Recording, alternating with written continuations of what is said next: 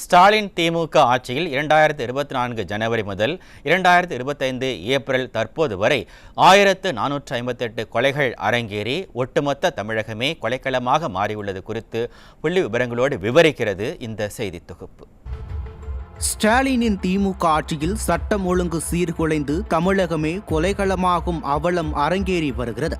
2024 ஜனவரியில் 80 கொலைகள், பிப்ரவரியில் 64, மார்ச்சில் 53, ஏப்ரலில் 77, மே மாதத்தில் 130, ஜூனில் 104, ஜூலையில் 125, ஆகஸ்ட் மாதத்தில் 84, செப்டம்பரில் 102, அக்டோபரில் 73, நவம்பரில் 78, டிசம்பரில் 69 என 2024 ஆண்டில் மட்டும் மொத்தம் 1039 கொலைகள் அரங்கேறி உள்ளன.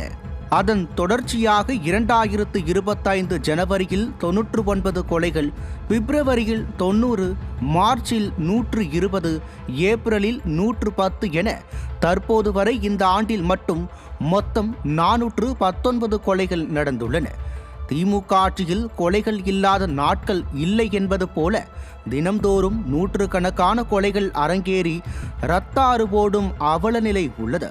தங்கம் விலை நிலவரம், வெள்ளி விலை நிலவரம், மழை நிலவரம், காய்கறி விலை நிலவரம் போல ஸ்டாலினின் திமுக ஆட்சியின் கொலை நிலவரங்களை தமிழக ஊடகங்கள் ஒளிபரப்பும் நிலைக்கு தள்ளியதுதான் திமுக ஆட்சியின் சாதனையா என பொதுமக்கள் கேள்வி எழுப்பி உள்ளனர்.